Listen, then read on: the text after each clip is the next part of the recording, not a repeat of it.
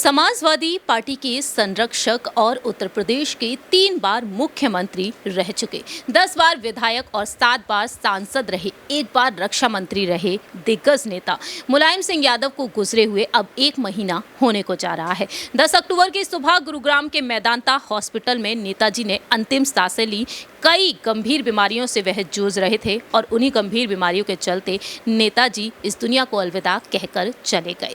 लेकिन अब उनके गुजर जाने के बाद जहां यादव कुनबे में काफी गमगीन माहौल देखने को मिल रहा है, वहीं दूसरी ही तरफ यादव परिवार के सदस्य राजनीति में एक बार फिर से सक्रिय होते हुए दिखाई दे रहे हैं।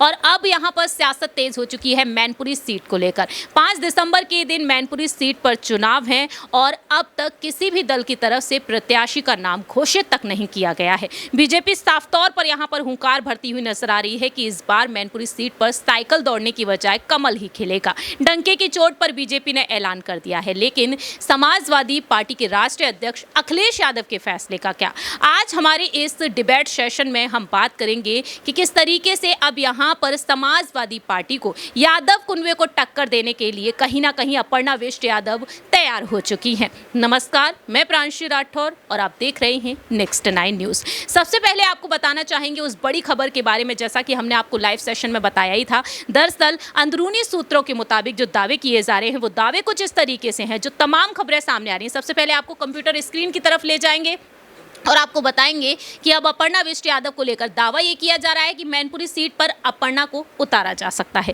दरअसल आपको बता दें कि हाल ही में केंद्रीय गृह मंत्री अमित शाह से मुलाकात हुई है अपर्णा बिष्ट यादव की, और मैनपुरी लोकसभा उपचुनाव को लेकर बीजेपी पूरी ताकत झोंकने के मूड में आ चुकी है। मंथन चल रहा है बीजेपी में अपर्णा को लेकर। सूत्रों की माने तो ये दावे किए जा रहे हैं और बीजेपी के जो चाणक्य कहे जाते हैं अमित शाह जी, उनके मुताबिक यहाँ पर सामने आया है। उनको लेकर ये दावा किया जा रहा है कि मैनपुरी सीट से अपर्णा ही चुनाव लड़े। हालांकि अपर्णा ने अभी हाँ नहीं कही है, क्योंकि उनका कहना यह रहा है कि नेताजी की सीट पर चुनाव लड़ने का फैसला लेने के लिए उन्हें वक्त चाहिए। फिलहाल देखा जाए तो यहाँ पर अब किले को भेदने के लिए बीजेपी यहाँ पर आत्मविश्वास से भरपूर नजर आ रही है। तो क्या बीजेपी यहाँ पर डंके की चोट पर अब अपर्णा बिष्ट यादव को आगे करते हुए जीत हासिल कर पाएगी, जिस तरीके से बीजेपी हुंकार भर रही है? आगे हम हमारे न्यूज रूम में बैठे हुए तमाम सहयोगियों से जानना चाहेंगे क्या वाकई में अपने ससुर जी की सीट पर, नेताजी की सीट पर अपर्णा बिष्ट यादव की ताजपोशी नजर आएगी,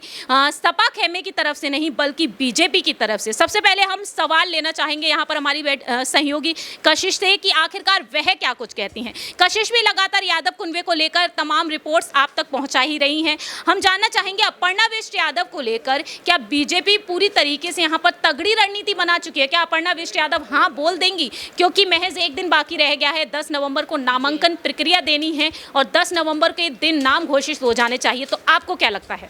देखिए, अगर उन्होंने जिस तरीके से पार्टी को ज्वाइन करते वक्त कहा था कि उन्हें सीएम योगी और पीएम मोदी की बातों पे रहना है, उन्हें उनसे सीखना है, तो कहीं ना कहीं मुझे लगता है कि अपर्णा बिष्ट यादव को यहाँ पर हामी भर देनी चाहिए। लेकिन हाँ, दूसरी तरफ उनके लिए ये है कि मुलायम सिंह यादव, उनके ससुर जी जिनको वो पिता समान मानती थी, अगर उनकी सीट पर वो एक तरीके से यादव परिवार को चुनौती देने के लिए खड़ी हो रही है, तो कहीं ना कहीं उन पर ही थू थू होगा। यहाँ पर उन पर ही सवाल उठेंगे कि कैसी छोटी बहू है, पहले पार्टी से बगावत कर दी, उसके बाद यहाँ पर ये सब करती नजर आ रही। तो अभी यहाँ पर थोड़ी सिचुएशन क्रिटिकल होती जा रही है कहीं ना कहीं अपर्णा बिष्ट यादव के लिए, इसलिए वो अभी रुकी हुई है। उन्होंने कहा कि मैं जल्दी फैसला लेकर बता दूंगी, लेकिन अभी मुझे थोड़ा समय चाहिए। तो यहाँ पर प्रियांशी, ये बहुत बड़ा सवाल है यहाँ पर कि अपर्णा बिष्ट यादव हाँ कहेगी ना कहेगी, क्योंकि उनका हाँ कहना कहीं ना कहीं वोट कटने वाला भी हो सकता है। यहाँ पर वोट कट सकती है जो अखिलेश यादव, यानी कि जो भी उनकी तरफ से उतारा जाएगा उसको मिलती है, तो कहीं ना कहीं वो वोटें यहाँ पर भी जा सकते हैं। एक तो बीजेपी लहर की वजह से, दूसरा अपर्णा यादव की वजह से, क्योंकि वो मुलायम सिंह यादव की छोटी बहू है। जैसा कि कशिश कह रही हैं कि वोटिंग बैंक कहीं ना कहीं बंटा हुआ नजर आ सकता है। मुस्लिम और यादव फैक्टर जो देखने को मिल रहा है कहीं ना कहीं सपा में घटता हुआ दिखाई दे रहा है। आगे हमारा एक और सवाल आपसे यही रहेगा कि अगर तेज प्रताप सिंह यादव का नाम सपा से चर्चा में है, तो आपको क्या लगता है तेज प्रताप सिंह यादव को अपर्णा बिष्ट टक्कर दे पाएंगी अगर बीजेपी की तरफ से वाकई में उन्हें उतारा जाएगा, अगर वह हामी भर देंगी जो सीट उनके नेताजी की रही है, उनके ससुर जी की रही है? देखिए बिल्कुल ये बात हो सकती है कि वो यहाँ पर तेज प्रताप सिंह यादव को टक्कर देती नजर आए। क्यों? क्योंकि तेज प्रताप सिंह यादव जब यहाँ से उतरे थे 2016 के दौरान, शायद वो तब उतरे थे चुनाव 2014 में, तो कहीं ना कहीं यहाँ पर मुलायम सिंह यादव के चेहरे पर ही उन्होंने चुनाव लड़ा था, जिसकी वजह से उनको जीत हासिल हुई थी। यहाँ पर उनका खुद का अगर वर्चस्व देखा जाए, इमेज देखी जाए, तो ऐसी कोई स्ट्रॉन्ग है नहीं, लेकिन अपर्णा यादव की खुद से भी एक स्ट्रॉन्ग इमेज है, साथ ही साथ भाजपा का साथ उनके साथ है। तो कहीं ना कहीं मैं ये कह सकती हूँ अगर वो हामी भर देती है पूरी तरीके से, तो यहाँ पर जीत हासिल भाजपा करती नजर आएगी। अखिलेश यादव को उनके ही गढ़ में, यानी कि नेताजी के गढ़ में ही यहाँ पर हार का सामना करना पड़ेगा, जिससे कॉन्फिडेंस भी टूटेगा। उसके साथ साथ जो आने वाले जो चुनाव है, नगर निकाय के चुनाव है या फिर लोकसभा की तरफ रुख करना चाहे वहां पर, तो कहीं ना कहीं कमजोर महसूस करते आएंगे अखिलेश यादव यहाँ पर। जैसा कि कशिश ने कहा कि जाहिर सी बात है अपर्णा विष्ट यादव यहाँ पर बीजेपी को जीत हासिल कराती हुई नजर आएंगी। आगे हम हमारे सहयोगी अबरार से जानना चाहेंगे वह क्या कुछ कहते हैं अपर्णा विष्ट यादव के लिए, क्योंकि यहाँ पर सपा खेमे की तरफ से प्रत्याशी अभी उतारा नहीं गया। शिवपाल सिंह यादव को लेकर मांग जारी है सोशल मीडिया पर, और दूसरी ही तरफ यहाँ पर दावे ये किए जा रहे हैं कि कहीं ना कहीं सपा के जो वरिष्ठ नेता हैं वो चाहते हैं डिंपल यादव मैदान में हो। तो आपको क्या लगता है अबरार, अब अपर्णा विष्ट यादव का नाम अगर पूरी तरीके से फाइनल हो जाता है तो क्या अखिलेश अब डिंपल को आगे करना चाहेंगे?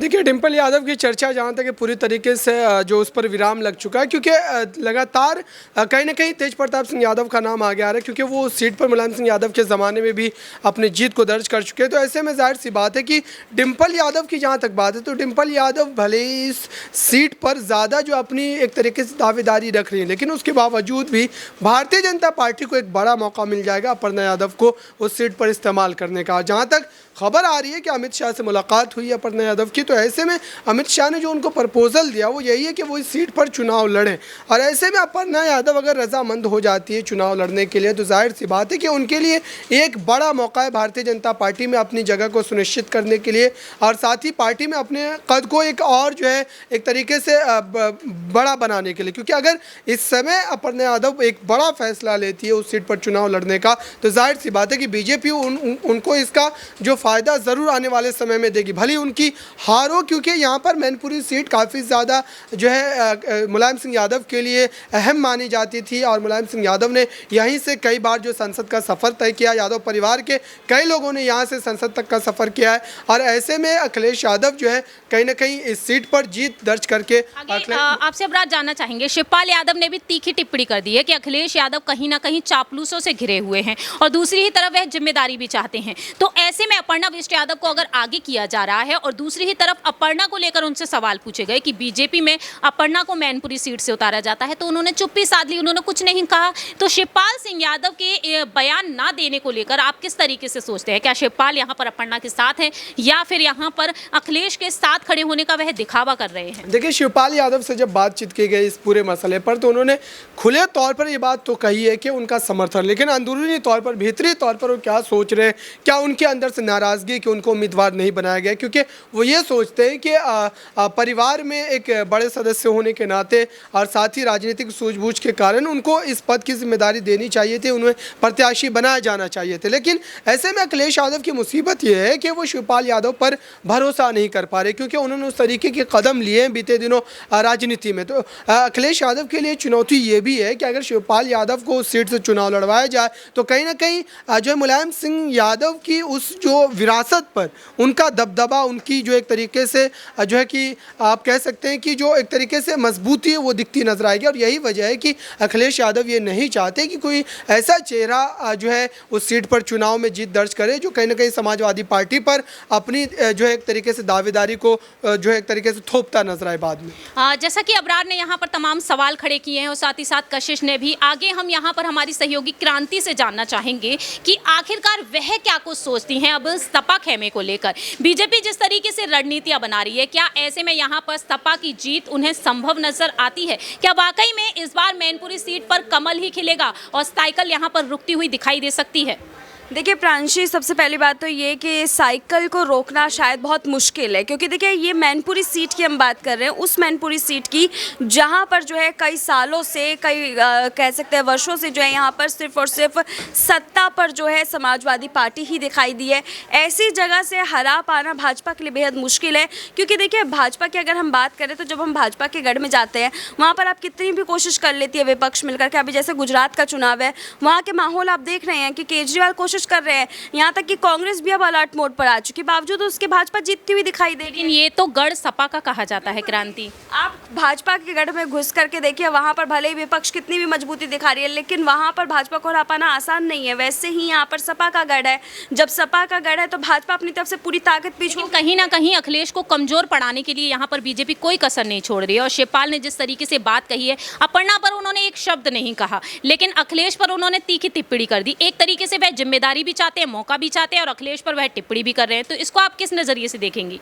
देखिए, अगर मैं अखिलेश की बात करूं तो जाहिर सी बात है उनके लिए मुश्किल और चुनौती बहुत सारी है इस बार के चुनाव पे, क्योंकि अगर इस बार का चुनाव वो गलती से भी हार जाते हैं तो देखिए वो सीट खो देंगे जिस सीट को जीतना बेहद ही आसान था समाजवादी पार्टी के लिए। आप इसी जीत और हार से ये अंदाज़ा लगा पाएंगे कि आगामी चुनाव में उनकी क्या भूमिका रहेगी।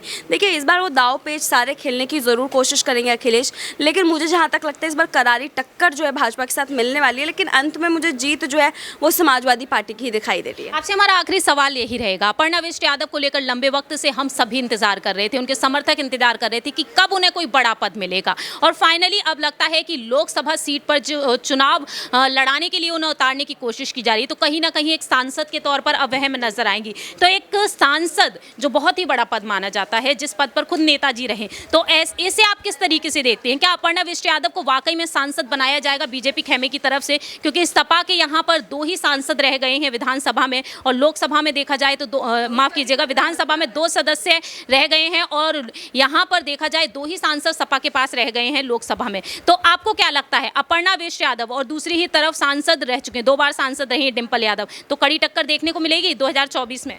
देखिए, गिने चुने तो रह गए समाजवादी पार्टी के पास सांसद के रूप में, तो मुझे लगता है कि शायद बहुत जल्द वो भी गवा देंगे। बहरहाल, अगर हम अपर्णा यादव की बात करें तो देखिए वो काबिल है इसके, उन्हें मिलना तो मौका चाहिए ही, लेकिन भाजपा का हम कुछ कह नहीं सकते, क्योंकि भाजपा जो नेता बाहर से आता है उस नेता को बहुत कम चांसेस देती है। वो उन नेताओं को आगे बढ़ाने की कोशिश करते हैं जो उनके पास शुरू से ही मौजूद है। तो देखिए, मुझे लगता है कि यहाँ पर अपर्णा यादव के लिए बहुत मुश्किल होगा कि भाजपा में अपने लिए एक अहम ओहदा पाना, क्योंकि देखिए आप कांग्रेस की तरफ से देख लीजिए, सिंधिया गए, सिंधिया को बड़ी जिम्मेदारी नहीं मिली, उनको उड्डयन मंत्री तो बना दिया लेकिन सीएम के चेहरे के लिए नहीं उतारते हैं। हार्दिक पटेल गए कांग्रेस से गुजरात में, लेकिन कोई बड़ी जिम्मेदारी उनको मिलती हुई नजर नहीं आती है। यहाँ पर देख लीजिए कितने सारे नेताओं के मैं नाम गिनवा दूँ, वो सारे के सारे नेता दूसरी पार्टी से निकल कर गए, लेकिन भाजपा ने उन्हें मौका नहीं दिया। आज़ाद को भी जोड़ लिया, लेकिन आज़ाद को कौन सी कमान सौंप दी, या आज़ाद को कौन सा भाजपा में जुड़वा लिया, लेकिन तुड़वाने का काम उन्होंने कर दिया। अब देखिए, यहाँ पर भी हम देखें तो अपर्णा यादव को उन्होंने तोड़ने का काम तो कर दिया, लेकिन उन्हें नए पद से जोड़ने का काम कब करेगी भाजपा, ये किसी को नहीं पता। देखिए, फिलहाल देखा जाए तो क्रांति ने भी यहाँ पर कई सवाल खड़े कर दिए। अब देखना दिलचस्प होगा कि आखिरकार अपर्णा बिष्ट यादव को कोई बड़ा पद वाकई में मिल पाएगा या फिर नहीं। आगे हम जानना चाहेंगे हमारी सहयोगी नेहा से, वह क्या कुछ कहती हैं। अपर्णा बिष्ट यादव को जिम्मेदारी देने का वक्त क्या वाकई में बीजेपी की तरफ से आ गया है? क्या वह अब सांसद के तौर पर हम सभी को नजर आएंगी मैनपुरी सीट के जरिए? इस पर आपकी क्या राय है नेहा? देखिए, अपर्णा यादव की बात अगर की जाए तो यहाँ पर कहीं ना कहीं बीजेपी उनको एक बड़ा पद देने की बात कर रही है, चर्चाएं चल रही हैं, क्योंकि देखिए यहाँ पर मैनपुरी का उपचुनाव है और मैनपुरी सीट को इतनी आसानी से बीजेपी जाने नहीं देगी। यहाँ पर अब देखिए, अपर्णा यादव को ही वहाँ से उतारने की कोशिश इसलिए भी की जा, कहीं आपको लगता है कि सपा और परिवार में टूट डालने की कोशिश अब बीजेपी की शुरू? मैं वही आपको कह रही थी कि यहाँ अपर्णा यादव के ऊपर दाव इसलिए भी खेला जा रहा है कि यहाँ परिवार में सेंधमारी करने की बात हो रही है। परिवार की वो बहू है, जाहिर सी बात है वहाँ उतारने में उनको फायदा मिलता नजर आएगा भविष्य में, इसलिए वहाँ अपर्णा यादव को उतारने की बात की जा रही है। बहुत बहुत शुक्रिया नेहा उन तमाम सवालों का जवाब देने के लिए। अब देखना दिलचस्प ये होगा क्या वाकई में मैनपुरी सीट के जरिए अपर्णा बिष्ट यादव को बड़ा पद मिलेगा। अखिलेश यादव, समाजवादी पार्टी ने उन्हें जो जिम्मेदारी नहीं दी, क्या वाकई में अब यहाँ पर बीजेपी टिकट देगी? पीएम नरेंद्र मोदी, केंद्रीय गृह मंत्री अमित शाह जी और मुख्यमंत्री योगी आदित्यनाथ जी के साथ साथ राष्ट्रीय अध्यक्ष जेपी नड्डा जी के नेतृत्व में क्या अपर्णा बिष्ट यादव अब मैनपुरी सीट पर अगर टिकट हासिल करती हैं तो क्या जीत दिला पाएंगी? खैर, ये तो वक्त के साथ साथ ही पता चलेगा, लेकिन यहाँ पर अखिलेश और डिंपल का अगला बड़ा कदम क्या कुछ हो सकता है, ये भी वक्त के साथ साथ ही जानेंगे। फिलहाल हमारे इस रिपोर्ट में इतना ही। बाकी की तमाम अपडेट्स के लिए आप देखते रहिए नेक्स्ट 9 न्यूज़ और कमेंट सेक्शन में अपनी राय रखना बिल्कुल ना भूलें।